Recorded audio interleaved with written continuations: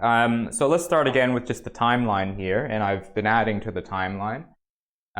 You'll see that I added in lecture 4, so this was the lecture that was on video, and I've kind of briefly given some basic ideas of what we're going to be up against in the next week.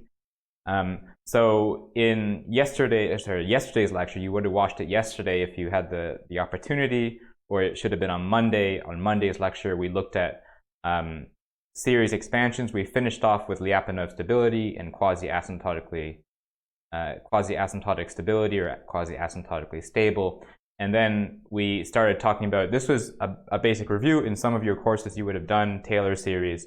And I think everybody would have done it, but you might not have done it that often. So you might not have used Taylor series, but the physics students will probably be a little bit more familiar with the math students. And then we covered some definitions. So much greater than, much less than, asymptotic to. So this was the tilde sign or the twiddle sign.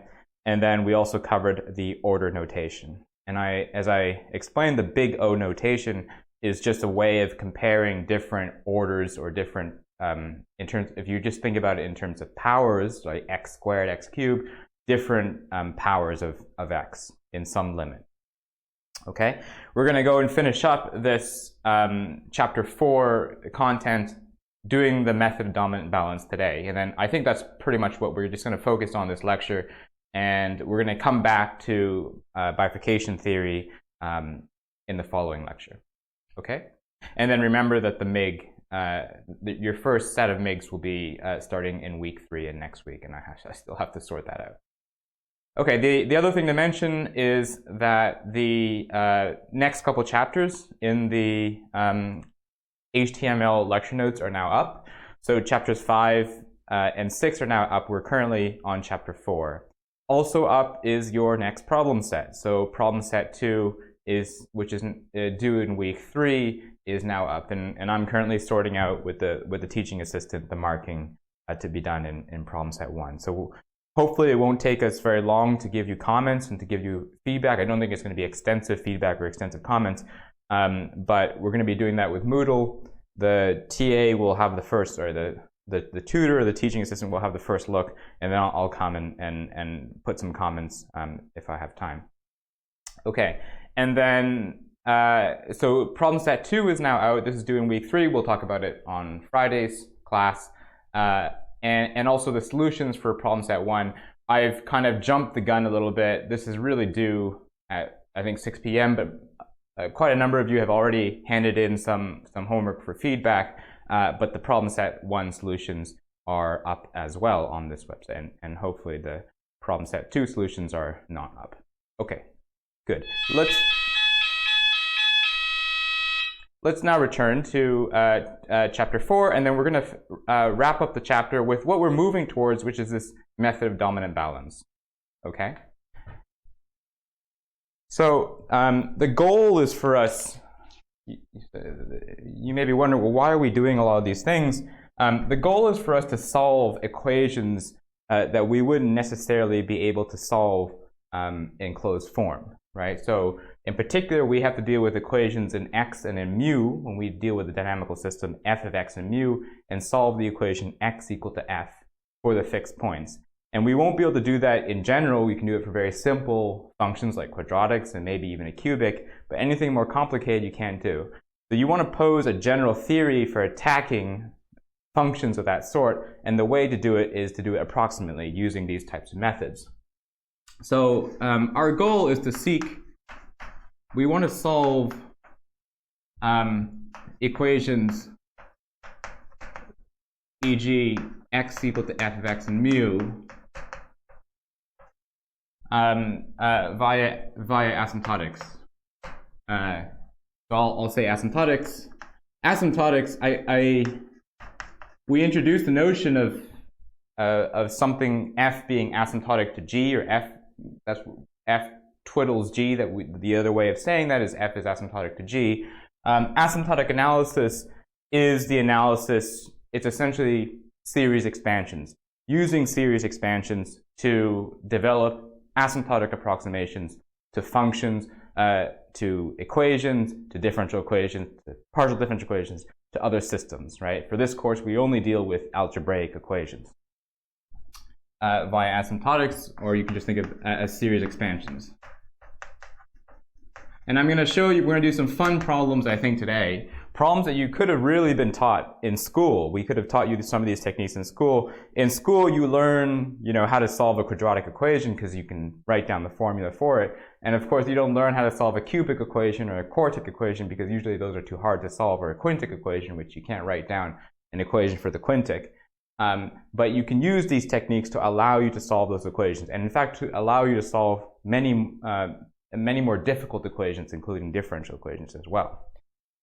Okay, we want to solve these via asymptotics or series expansions in some limit.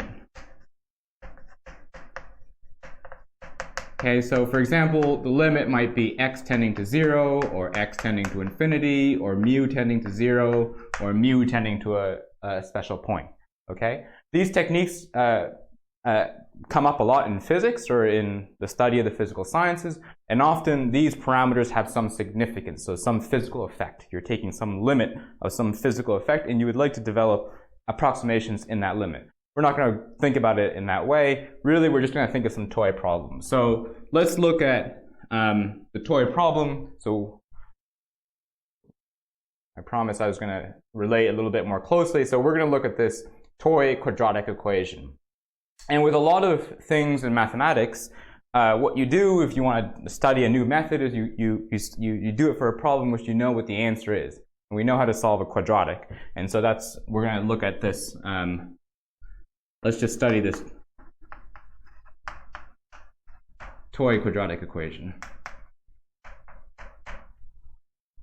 In fact, I'm going to erase this and I'll write it at the very top here, just because I want to keep that on the board.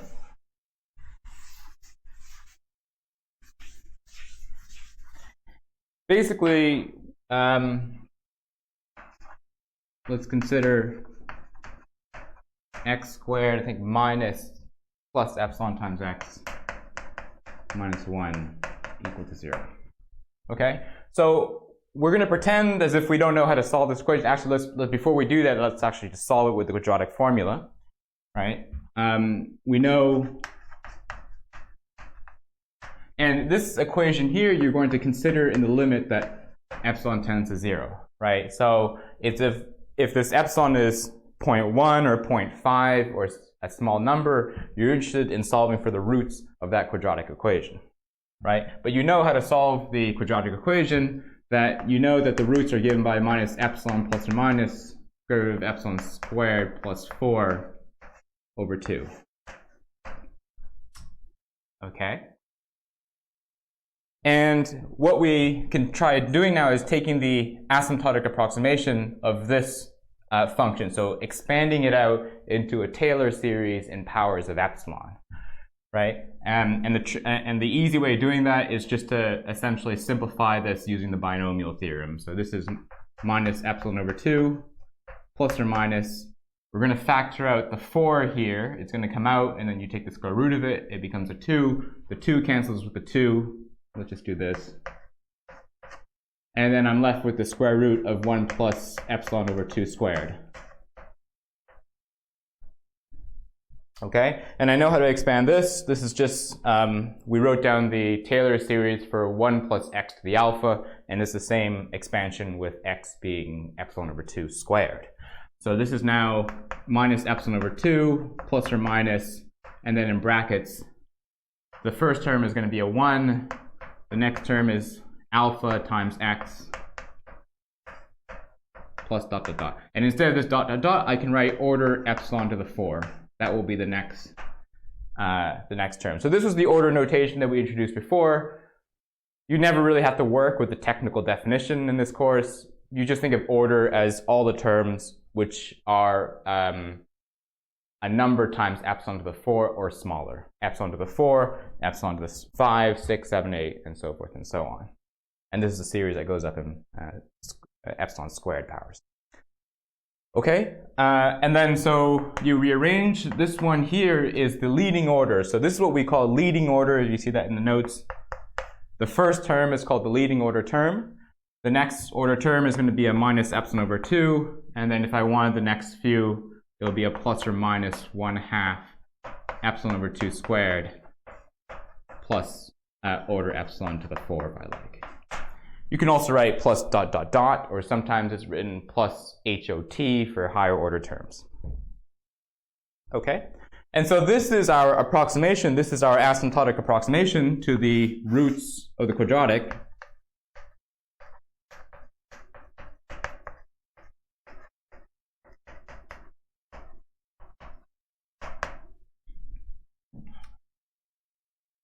Okay, or just series approximation. You can take a whole course on asymptotic analysis. It's a bit of a shame that we don't teach a course on asymptotic analysis, but you will do this more systematically in a separate course. But for the moment, this is just intuitive for us.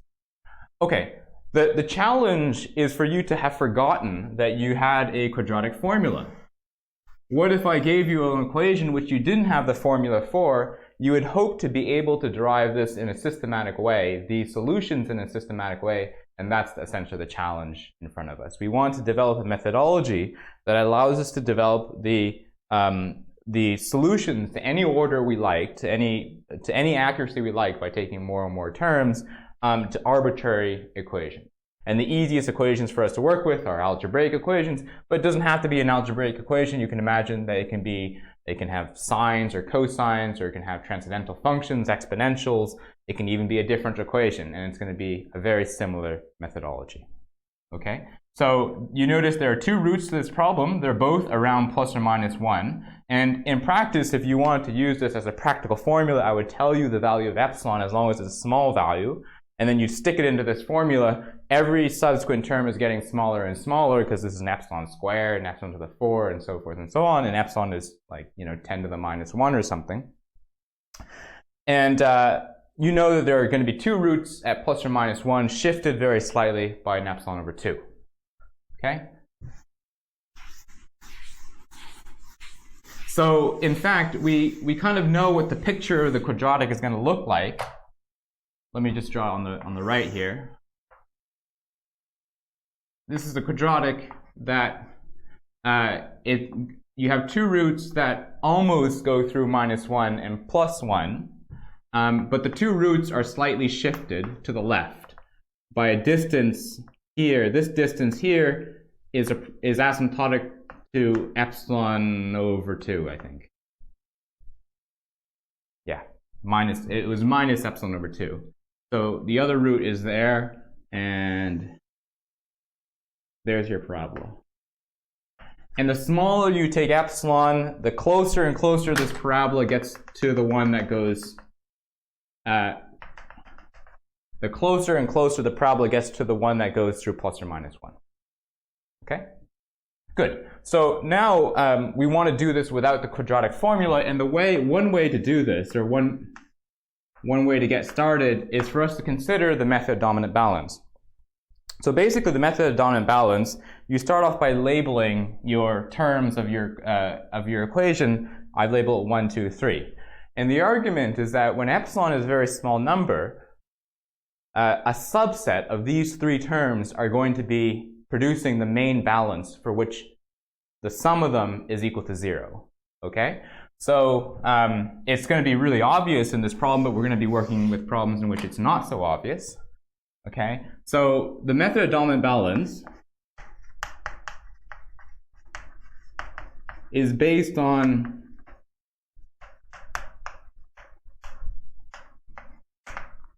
you posit the dominant balance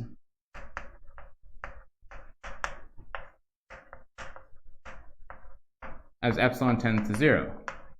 So if epsilon tends to 0, if epsilon is a very small number, assuming everything else is order 1 or everything else is of moderate size, then this second term is going to be really small, because this term will be, if epsilon is 10 to the minus 6, this will be 10 to the minus 6 times x. And so you'd expect that if I were to add the three terms, really term 2 is not really doing anything in this equation. It's really 1 and 3 which are producing the main behavior, which added together gives you 0. So you posit that 1 is then asymptotic to 3, which is then much larger than 2. That's the balance that you're going to try. And then we'll try one in which that's not the case. As I said, this is a very obvious problem. We'll do an example by the end of the lecture where it's not obvious what the right balance is. And you can imagine that if you were to try to extend this idea to equations with much more complicated functions, then this method would be a lot less obvious, or even differential equations. Okay? So 1 balances 3, then is much larger than 2. This tells me that if 1 balances 3, then I have x squared is then balancing 1, and that tells me that x twiddles plus or minus 1. Okay? In previous iterations of the course, when I did this, I wrote approximately here. And you can really think of it as approximately instead of this twiddles that we introduced in the last lecture. But the point is that it's not, usually when you talk about something being approximate in mathematics or in science, you mean something that, for example, pi is approximately 3.14, right? Or you perform an experimental measurement and this is approximately, right? We want to be a little bit more specific in this field of asymptotic analysis, or in these methods, because the point is that it's a stronger relationship than just a vague numerical approximation. You're saying that there's a systematic way to approximate the roots of this problem, right? And that's one of the reasons why you should be using the twiddle sign rather than the approximate sign. You're being much more specific about the fact that there's a systematic procedure to go to any desired accuracy. Okay, so the point is that I'm going to balance 1 and 3, so x squared is then balancing 1. You've ignored 2 in the problem, and this gives you the approximation to the roots. That's exactly what we found, that if epsilon is a very small number, the roots are at plus or minus 1. That's not very surprising, right? It's just setting this term equal to 0. Then you check that 2 is basically epsilon times x, right? But if x is approximately plus or minus 1, this is on the order of epsilon, O epsilon. If I don't want to write this O epsilon, I could have also written in brackets, I'll write twiddles plus or minus epsilon using this result. And this is epsilon, which is small, which is indeed much less than 1 and 3. So by consistency, you've checked that this balance works. That's the basic idea. And together, you then conclude that x is an approximation of the roots is that x is at plus or minus 1. Okay, simple. Now let's try a balance in which it's not going to work out. We'll just a bit of a silly exercise, but an important exercise.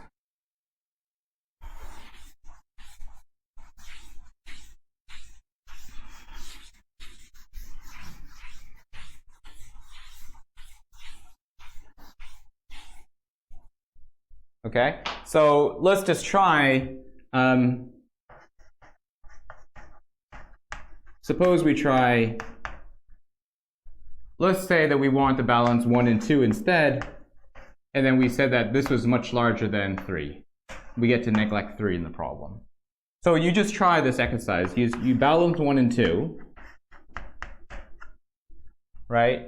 If 1 and 2 are in balance, then epsilon squared is balanced with minus epsilon times x. Right? I get to cancel. Let me just assume that x is not equal to 0, and I'm going to cancel the x from both sides, and I have x is like minus epsilon.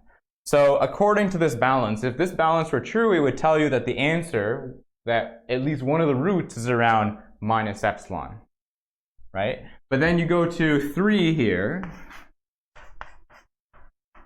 But 3 is order 1. And if epsilon is a very small, if epsilon is a small number, then this one here is then smaller than this one here, which is a contradiction to the original assumption. So this is much larger than 1 and 2, which is a contradiction. I guess sometimes you use that symbol for contradiction. Right? And then you can go and try the other remaining balance, which is, so you can balance 1 and 3, balance 1 and 2, or you can try 2 and 3. And then the very last one, which will be covered by all three of these cases, if 1 balances 2 balances 3. You can't eliminate anything in the formulation. Okay? Okay, good. So this is just the first go. This is the first step that you take when you analyze a problem. You essentially just look at the equation and you say, well, what is the right balance to make if epsilon is a very small number? It should be obvious in this problem, right? We've not done anything. We're just doing systematically, but it's obvious because if epsilon is a very small number, I just ignore, I think of epsilon equal to 0, I ignore 2, and it's basically 1 twiddles 3, and I get x plus or minus 1. Okay? But the point is that this gives you a way of doing it systematically. That's the important thing. I remember that when I was teaching a course once to first-year students, and I said to them, these were students who were coming from school, and I said to them, you know, a rigorous approximation. I think the phrase I used was rigorous approximation. You can do a rigorous approximation. And they couldn't understand that. What do you mean by a rigorous approximation? How is an approximation rigorous? This is what a rigorous approximation is. It's a systematic procedure that allows you to develop solutions of your equation to any desired accuracy by taking more and more terms or in some systematic fashion. That's what a rigorous approximation is. Okay. All right. So now we want to. How do we develop more accurate approximations?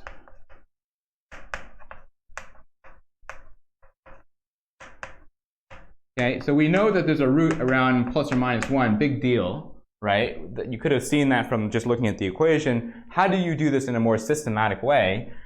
So the way that you do it is you're going to substitute into the series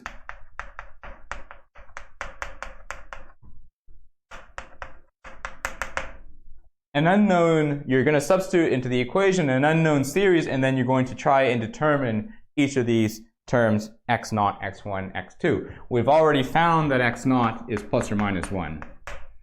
We want to go and find x1, x2, and so forth, and develop this procedure. Okay? How did I know that it goes up in powers of epsilon? Because I know what the answer is. This is actually a very subtle question. When you introduce these techniques for the first time, students are, well, how do you know this goes up in epsilon? This goes in epsilon to the half. It doesn't go up in epsilon to the 4 or some other power. Maybe, how do you know it goes up in rational powers of epsilon, right? Maybe it went up in epsilon to some funny epsilon to log x or some epsilon. And the answer is that you often have some intuition from the way the problem works, or you can do some analysis that will give you a hint of what the next term is going to be. Okay? All right, so the procedure then is just substitute this series. If you want to write this as a sigma, you can do this, if you like. The procedure is then to substitute this into the equation.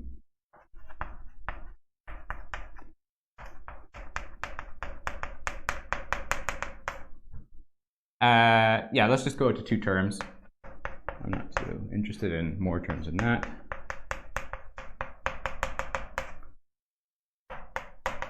You substitute that into the equation, you expand everything, and then you just start grouping powers of epsilon, and then solving it order by order. First the order 1 numbers, then the order epsilon numbers, then the order epsilon squared numbers, and so forth. Okay? So if you expand this quadratic here, so this is an epsilon squared plus 2x0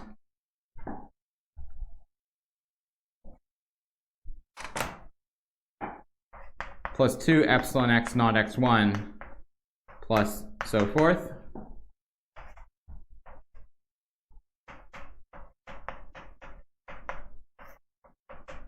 I'm only going to go up to order. I'm just going to get the next term in the sequence. I'm not going to bother going to x squared. To epsilon squared. And then at this point, you write out a system of equations to solve at each order. So at order 1 refers to all the ones that don't multiply in epsilon. I have an x squared minus 1 equal to 0. and that was the solution that I found before. This is just x naught is equal to plus or minus 1. Then at order epsilon, I have 2 x naught x1 plus x naught, this one here, is equal to 0. And now I can solve for x1.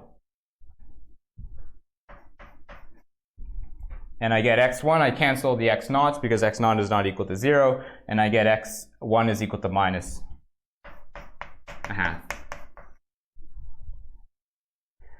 And it should be clear that you could have gone to higher order if you wanted to. You would just need the next term of this sequence. So you need to expand this square to higher orders. But you can do that. And you can do the order epsilon squares and the order epsilon cubes, and you go to every order.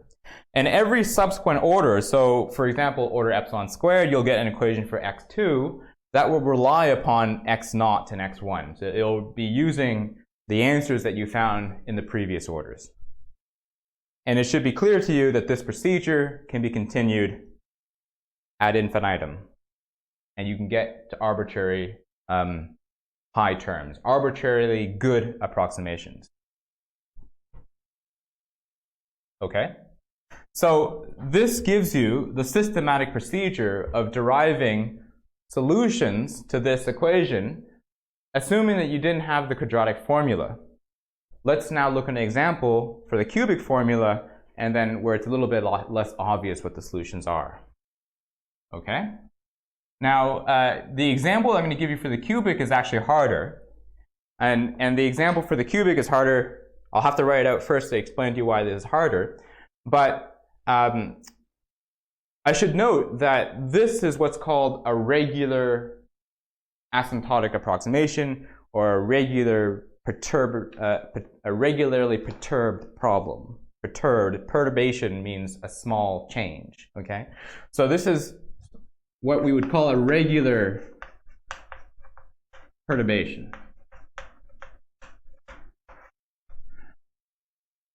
And the difference between a regular perturbation and the example that's about to come, a singular perturbation, is that if epsilon were multiplying instead this epsilon squared, instead of epsilon multiplying this x, then you would imagine that the problem gets a little bit weird. Why does it get weird? Because if epsilon is multiplying the x squared here, then if I set epsilon to 0, I only have one solution to the problem. I only have the remaining 2 terms. And I only have one root of 2. So one root has effectively disappeared in this procedure. Right? And that's what makes those problems slightly more difficult. In this problem, it's a regular perturbation because the roots are always around -1 and 1, only shifted by a little amount, depending on what the value of epsilon you put in is. Okay? Okay, let's go on. So now we're going to go to a more complicated example. So this, I think this is really fun. I think I've done it before for school students, and you could have been taught this in school. That's the great thing, right? That there's nothing sophisticated about this method of approximation. It's actually pretty intuitive, and it's extremely powerful as well. Okay, so now the next example I'm going to look at is not found in the lecture notes. Actually, let me flip back before we go on. Let me just flip back to the lecture notes and then just repeat what we covered. So we looked at this regularly perturbed problem of the quadratic x squared plus epsilon x minus 1. And in the lecture notes, I explained to you the 2 possible dominant balances of 3 that might be formed. And case 1 was the one that is the right one. Case 2 is the one that led to a contradiction. And then in the notes, it goes through a systematic procedure deriving the first 2 terms of the approximation, which can then be compared and contrasted with the exact solution, with the series expansion of the exact solution. And there's more practice in your homework. Okay, let's now look at a toy problem. Okay, so I want to solve, or rather approximate the roots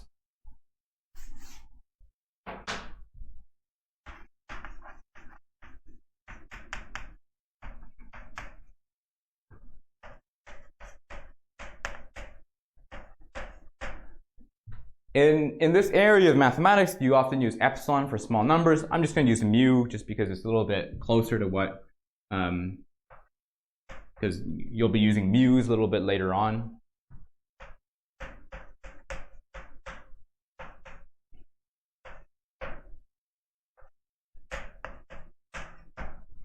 Okay, so I'd like you to solve for me the roots of that cubic equation when mu is a small number.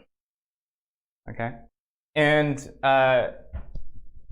again, this is a question that you can ask school students. You can introduce school students to this technique, and it's a really fun exercise to do. Let's just go through the basic reasoning.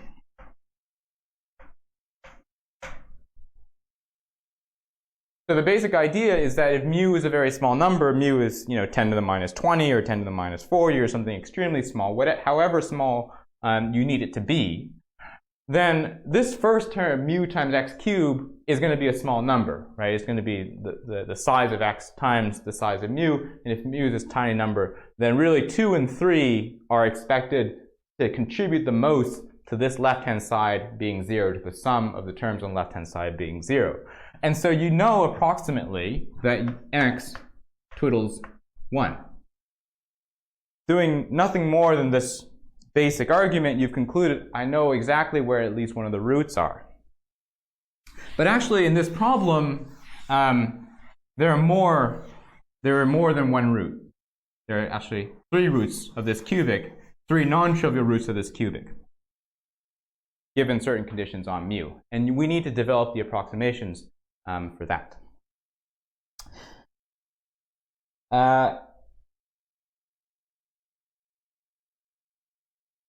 If you wanted to do this, doing dominant balance, let's just try.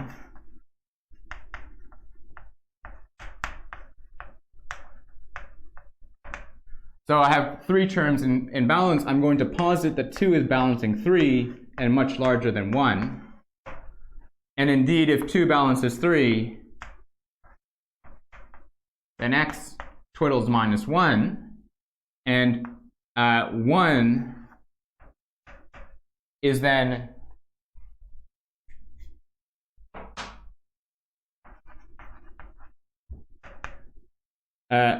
mu times x cubed, which is order mu. Because if x is minus 1, this is just 1 cubed or minus 1 cubed, and that's order mu, which is then small. And hence this is much smaller than 2 and 3. And you can go and you can try different balances of this problem, but you're going to find that this balance was legitimate. This is a legitimate balance, and you conclude that x is approximately minus 1, or if I want to be specific, x twiddles minus 1.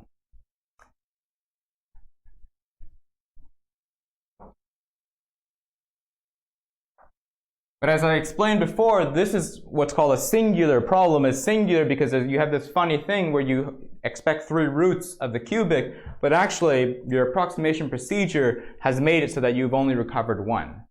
And the question is, how do you argue your way out of this? How do you develop the approximations of the other 2 roots? Let's try to draw a picture of this problem.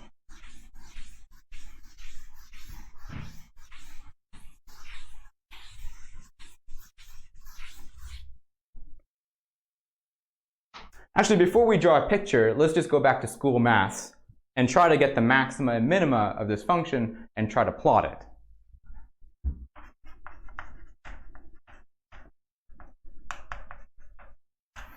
Let's try to get some intuition. Well, firstly, I notice that if x tends to infinity, then I have mu times x cubed, right?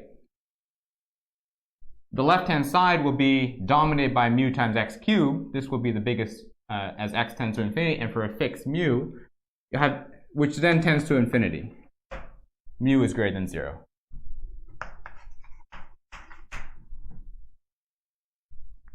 Sorry, I should have said that from the start. On the other hand, if x tends to minus infinity, then I have a formula which is dominated by mu times x cubed again, which tends to minus infinity. So my cubic has one arm that goes up on the right-hand side and another arm that goes down on the left-hand side. What about the turning points in this problem? Can we find the max and the min in this problem? So if I take this to be my equation f of x, then f prime of x is equal to 3 mu x squared minus 1. And I can solve for that equal to 0, which tells me x is plus or minus 1 over root 3 mu. So I've discovered that my cubic has a max and a min at those two locations.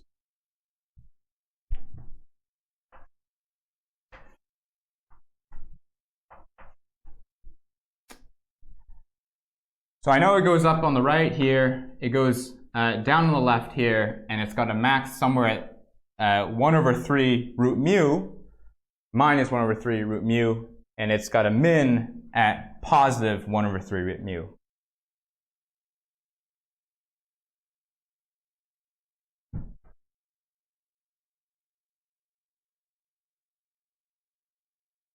Sorry, someone had asked, is it not x minus 1? What did you mean by that?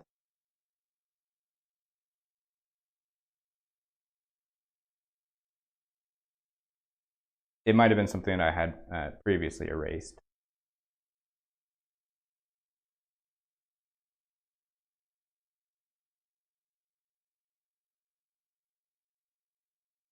Oh, sorry. So it should be x twiddles 1. X twiddles 1. If I wrote x twiddles minus 1, that was a mistake. So the leading order approximation is you just move this x over the right-hand side, x twiddles 1. I must have made a mistake when I wrote it down earlier. Okay. All right, so what happens to this thing here as mu tends to 0? Well, as mu tends to 0, this tends to plus or minus infinity if mu tends to 0. Okay. Right, so how do we put that together and try to plot the picture? Well, firstly, I know that there's always a root around 1 if mu is small, right? And I know furthermore, if that mu is small, then I approach f of x approaches 1 minus x, the graph of 1 minus x, which is a line that goes through here. I know that the cubic tends towards the positive infinity on the right and tends towards minus infinity on the left. And so what happens is you get this. I'm going to draw this a little bit. I'm not doing this figure a lot of justice, so I'm going to have to draw it a little bit more carefully when it's larger here.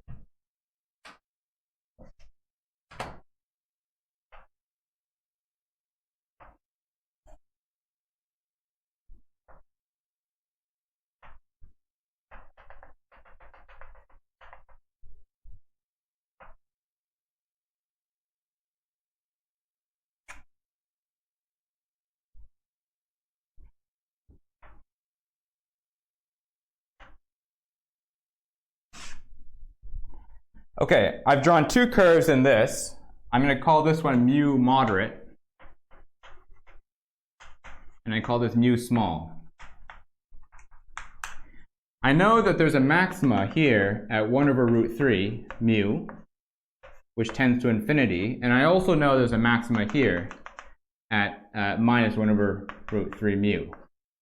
And as mu gets smaller and smaller, these two maxima maxima and minima, this maxima will grow larger and larger and more towards the left, and this minima will get smaller and smaller and move towards the right.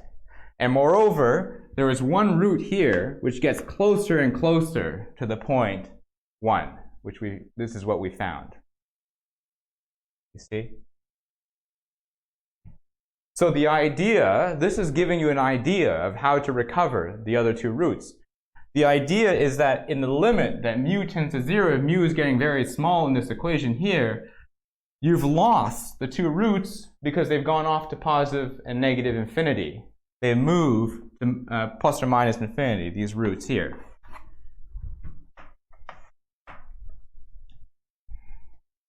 And the reason why our dominant balance didn't work was that our dominant balance assumes that x is always an order 1 number. We've always assumed that x is just a moderately sized number, and hence if mu is a small number, then mu times x cubed is also a small number. But if x is a huge number, then it might not be the case that if mu is a small number, mu times x cubed is a small number. In fact, if x is, 10 to the 20, then this is 10 to the 20 cubed is enormous, and then this term here, which we previously neglected, might actually be comparable in size to one of these other two. That's the basic idea of how we recover the other two roots.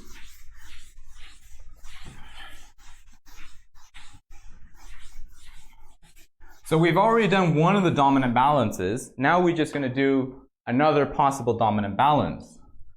And where's the other two roots? Well, the logic is that if x is large, when I say large and small, I mean near 0 or near plus or minus infinity, right? In these arguments, you don't consider the sign of x. You're just talking about magnitudes. So when I say x is large, I mean it can be plus infinity or minus infinity. If x is large, mu times x cubed is not necessarily small. Depends on how large x is in comparison with mu. So by the method of dominant balance, I'm going to now posit another dominant balance. And which is the other dominant balance which makes sense? Well, I want to keep mu times x cubed. I obviously want to keep it because the only way I'm going to get more roots in my equation. And I know that x is a large number by assumption. We're going to assume that x is large, otherwise 1 is small. And hence 2 must be larger than 3 because 3 is always near 1 and this is like x. So it could be that 1 plus 2 plus 3 is equal to 0 because it's mainly 1 and 2 in balance. So I'm going to balance 1 and 2 together, and I'm going to ask, is this much larger than 3? Is this a possible dominant balance in the problem? So 1 balancing 2 then tells me that mu x cubed is balanced with x. And I'm going to ditch the root near 0 because I've assumed that x is large. And that tells me that I'm going to have mu times x squared twiddles 1, and hence x twiddles plus or minus 1 over root mu. This is the approximation of the other two roots that we didn't find previously. And then the last step is for you to check that it's consistent with 3 being small. 3 is 1, is equal to 1, but 1 is then much smaller than 1 and 2. Because if mu is a small number, this is tending to plus or minus infinity. So this is a consistent balance as well. And we found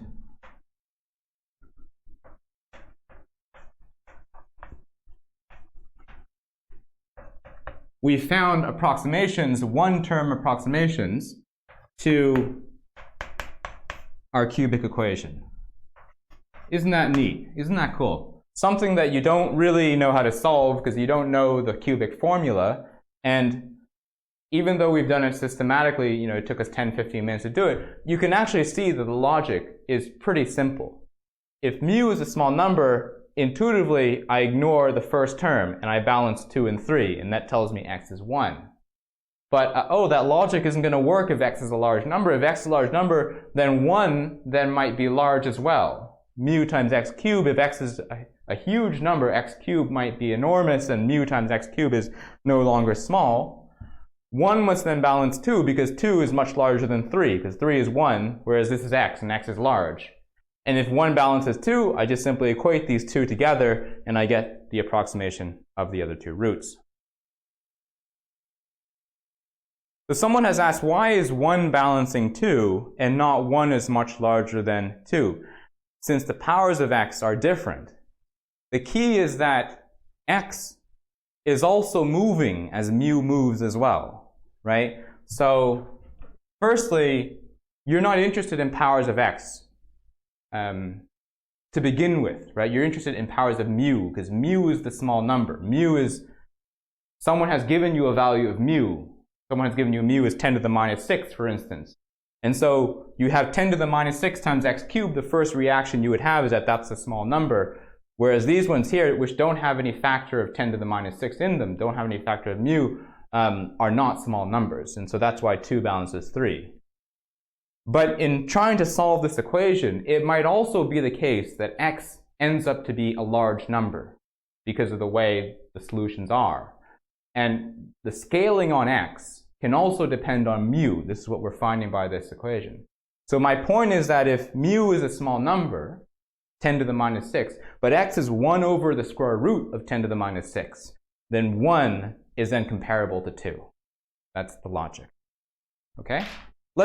Before we disband, let me show you how to do this systematically. So this is what we did in the previous problem. We did it first using this dominant balance, but then we said, oh, how do we get a systematic procedure to develop terms of every order, arbitrarily good approximations to this problem, right?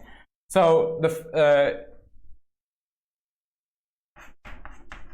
so how to develop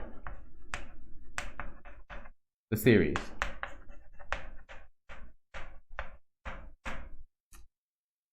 Okay, I'm only going to have time right now just to do the first approximation around the easy root, right? And then in Fridays, at the beginning of Fridays, we'll do the systematic approximation from 1 and 3, and you also have a homework problem for a quartic equation. So around x equal to 1, you just simply let x be x naught plus epsilon x1 plus epsilon squared x2 plus dot dot dot. And again, you might ask, how did you know you had to go up in powers of epsilon? I know because I know what how did you know to go up in powers of mu? And my answer would be, I know because I know the answer. When you do asymptotics, that's usually the answer, is that you have some intuition of what it is, and if you did it wrong, if you didn't go up in the powers, something would happen. Something undesirable would happen. You'd get zeros, for instance, when you're expecting non-zeros. But usually you have some intuition. Okay, and then you substitute this into the equation. This gives you mu, and then in brackets you have to expand this gunk. Let's just do 2 terms from it, just because we don't have enough time, and because it's not too interesting. Okay, and then you go and you expand this cubic here, group all together terms and powers of mu, and away you go. So the cubic expands x naught cubed, the first one, 3 x naught squared times mu x1. This is the binomial formula.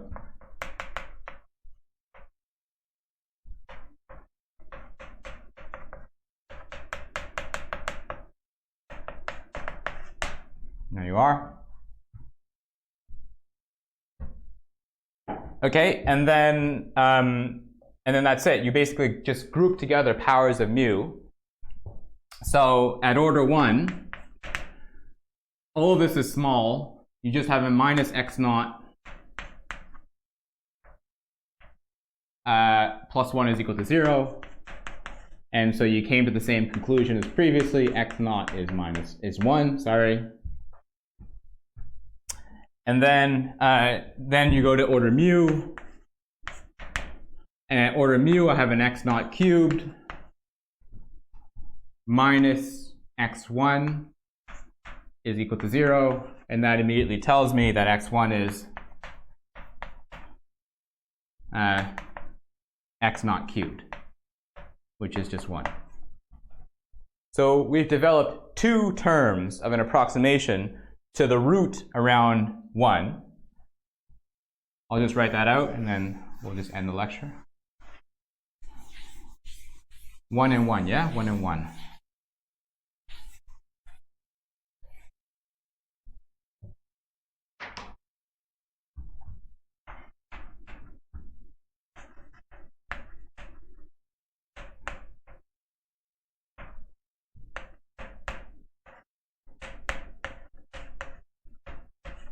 So there is one approximation to the problem. So this tells you that, by the way, this cubic equation that we drew before, sorry, I drew it wrong. Like that. This cubic equation that we drew before, it always has a root near -1, and it's getting near it from above, so -1 is here. And if you were to take mu smaller and smaller, this root would start moving towards the left, towards -1, and you know exactly the first order what this gap size is. This gap is of size mu. And you can go to higher orders if you wanted to. You can develop order mu squared and so forth, and you get better and better approximations of what the true root is, right? Okay, so then in Fridays, we're going to begin on Friday to basically develop the systematic procedure for solving for the other two roots. And that has a little bit of a trick, but the same basic idea. Okay, thank you very much. I'll see you all on Friday then.